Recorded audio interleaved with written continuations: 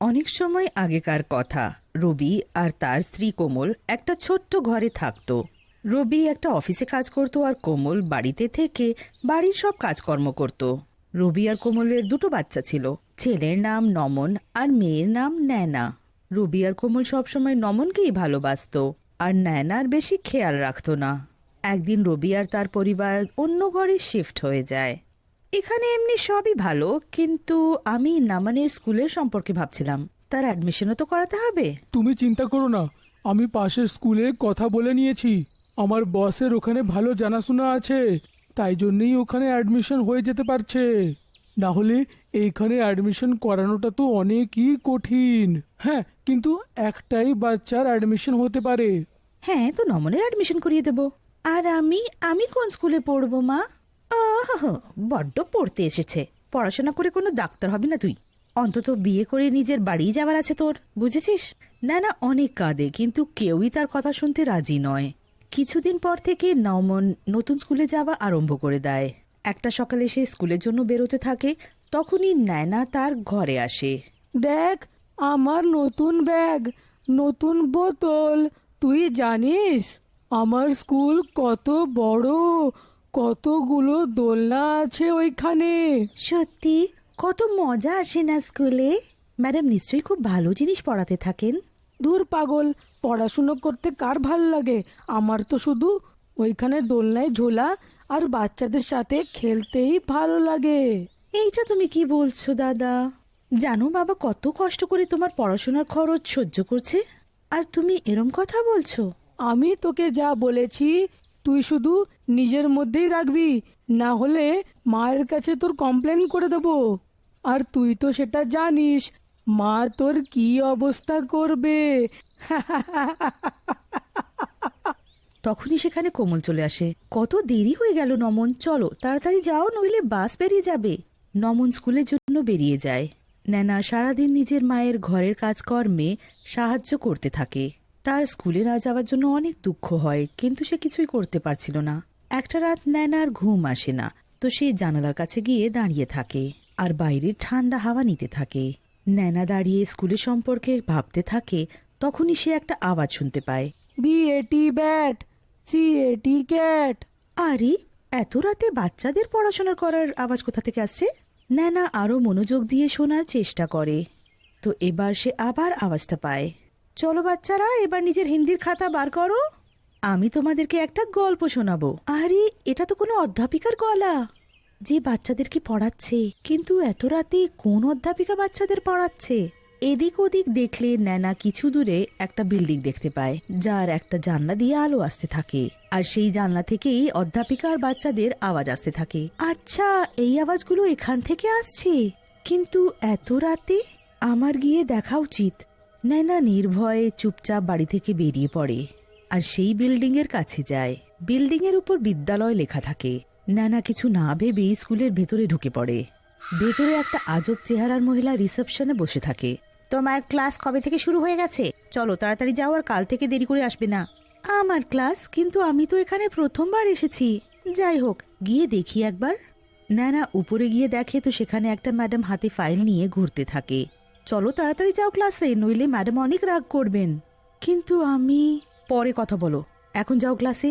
নয়না কিছু বুঝতে পারে না যে তার সাথে এটা কি হচ্ছে। সে প্রথমবার সেই স্কুলে এসেছে, তবুও সবাই ওর সাথে এমন ব্যবহার করছে যেন সে সেই স্কুলেই পড়ে। নয়না ক্লাসে ঢোকে তো সে আশ্চর্য হয়ে দেখতে থাকে সেখানে একটা ডাইনি ভুতুড়ে বাচ্চাদের পড়াতে থাকে। নয়না জোরে চিৎকার করে, আ বাঁচাও! চেঁচামেচি করো না, দেখতে পাচ্ছ না বাচ্চারা পরীক্ষা দিচ্ছে? আর তুমি এত দেরি করলে কেন? চলো এবার ভেতরে এসে বসো, আর কাল থেকে দেরি করো না। নয়না কিছু বুঝতে পারে না যে সে কি করে। ভয়ে তার সেখান থেকে পালানোরও সাহস হচ্ছিল না। এবার কি বাইরেই দাঁড়িয়ে থাকবে? বললাম না ভেতরে এসে বসো, চলো তাড়াতাড়ি এসো। হ্যাঁ ম্যাডাম। নয়না চুপচাপ একটা খালি জায়গা দেখে বসে পড়ে। নয়নার সিটে আগে থেকে একটা নতুন ব্যাগ, তাতে নতুন বই খাতা, নতুন বোতল আর অনেক কিছু রাখা ছিল। ওয়াও, এটা কত সুন্দর! এগুলো সব তোমার। চলো এবার তুমিও নিজের বই খাতা বার করো। ন্যানা নিজের ব্যাগ থেকে বই আর খাতা বার করে আর বাকি ভুতুড়ে বাচ্চাদের সাথে পড়াশোনা করে। ডাইনি অধ্যাপিকা বাচ্চাদের অনেক প্রেমের সাথে পড়াতে থাকে। ন্যানা নিজের পড়াশোনায় এত হারিয়ে যায় যে কিছুক্ষণের মধ্যেই তার ভয় শেষ হয়ে যায়। সে পুরো মনোযোগ দিয়ে ডাইনি টিচারের পড়ানোর সবকিছু ভালোভাবে শেখে আর তার সবকিছুই ভালো লাগে। ক্লাস শেষ হওয়ার পর ডাইনি অধ্যাপিকা সব বাচ্চাদেরকে টফি দেয়। ধন্যবাদ ম্যাডাম, এবার কাল থেকে সময় মতো স্কুলে এসো, ঠিক আছে? তারপর তুমি প্রতিদিন টফি পাবে। ঠিক আছে ম্যাডাম, কিন্তু একটা কথা মনে রেখো। কোন কথা ম্যাডাম? এই যে কাউকেই এই স্কুলটা সম্পর্কে জানিও না, নইলে কেউ তোমাকে এখানে দ্বিতীয়বার আসতে দেবে না। আমি কাউকে বলবো না। ন্যানার স্কুলে ছুটি রাতের 3:45 হয়ে যায় আর তারপর সে নিজের বাড়ি এসে চুপচাপ ঘুমিয়ে পড়ে। ন্যানা পরের দিন ওঠে, কিন্তু কাউকেই রাতের কথা সম্পর্কে কিছুই বলে না, কারণ তার ভয় ছিল যে তার স্কুলের সম্পর্কে জানার পর তার মা বাবা তাকে দ্বিতীয়বার সেখানে যেতে দেবে না। ন্যানা এই ভয়ে রাতে স্কুলের কথা কাউকেই বলে না। ন্যানার শুধু পড়াশোনা করার এত ইচ্ছে থাকে যে সে গ্রাহ্যই করে না যে তাকে মাঝরাতে একটা ভুতুড়ে স্কুলে যেতে হয় আর সেখানে পড়াশোনা করা আর করানোর জন্য সবাই ভূত। ন্যানা রাতের 12টা বাজার অপেক্ষা করতে থাকে। যেই 12টা বাজে সে আবার সেই ভুতুড়ে স্কুলে পড়াশোনা করতে যায় আর খুব মন দিয়ে পড়ে। কত ভালো লাগছে এখানে, কত কিছু শিখতে পাচ্ছি। সত্যি আমারও পড়াশুনো করতে খুব ভালো লাগে। কিন্তু তোমরা সবাই ভূত হলে কি করে? এই টিচারও? একদিন এই স্কুলে আগুন লেগে গেছিল, অনেকগুলো বাচ্চা আর টিচার পুড়ে মারা যায়। আর এটা যার স্কুল সেও পুড়ে মরে গেল। সেই দিন থেকে এই স্কুলটা বন্ধ আর আমরা এখনো নিজের ম্যাডামের কাছে পড়াশুনো করি। ন্যানা রোজ রাতে সেই স্কুলে যেত আর সব ভুতুড়ে বাচ্চাদের সাথে বসে সেখানে পড়াশোনা করত। নানান ডাইনি ওদেরকে পড়াশোনা করাতো, কিন্তু সমস্ত ডাইনি টিচার ভালোই ছিল আর তারা সবাই বাচ্চাদেরকে অনেক ভালোবাসতো। ন্যানার সেই স্কুলে পড়াশোনা করতে অনেক বছর হয়ে যায় আর তার পড়াশোনা সম্পন্ন হয়। কেউ কখনো ন্যানার স্কুলে সম্পর্কে জানতে পারেনি। ন্যানা আর নমন বড় হয়ে যায়। নমন এত ভালো স্কুলে পড়া সত্ত্বেও অনেক গাধা ছিল আর ন্যানা অনেক বুদ্ধিমান হয়ে গিয়েছিল। একদিন রবি আর কোমল নমনের উপর চিৎকার করতে থাকে। আমরা নিজের সব কিছু তোর পড়াশোনায় দিয়ে দিলাম আর তুই সব কিছু শেষ করে ফেললি। যখনই দেখো ফেল ফেল ফেল। এখন তো বাড়াবাড়ি হয়ে গেছে। আমার কাছে এখন 1 টাকাও নেই যে পড়াশোনায় দিতে পারবো তোর, বুঝলি? তুমি আমার জন্য এত টাকা খরচ করে কোনো দয়া করে দাওনি, আর আমি তো নিজের দিক দিয়ে এত চেষ্টা করেছি, আর এখন ফেল হয়ে গেলাম তো হয়ে গেলাম। এত চেঁচামেচি করছো কেন তোমরা? হে ভগবান, এই ছেলেটার তো একটুও লজ্জা নেই। নমন পড়াশোনায় কখনো মন দেয়নি আর তার উপর সে প্রতিদিন অনেক অপদার্থ হয়ে যাচ্ছিল। আস্তে আস্তে সে বাড়ি থেকে টাকা চুরি করতে আরম্ভ করে। একদিন রবি আর তার পরিবার তার বসের ঘরে একটা পার্টিতে যায়, তো নমন সেখানেও চুরি করে আর রবির বস তাকে চুরি করতে ধরে নেয়। এ ওই ছেলেটা না যার আমি অ্যাডমিশন করিয়েছিলাম? হ্যাঁ, এখন আমারই বাড়িতে এসে এখন চুরি করে যাচ্ছে। তোমার কালকের থেকে অফিস আসার আর কোনো দরকার নেই, বুঝলে? স্যার, আমার কি ভুল স্যার?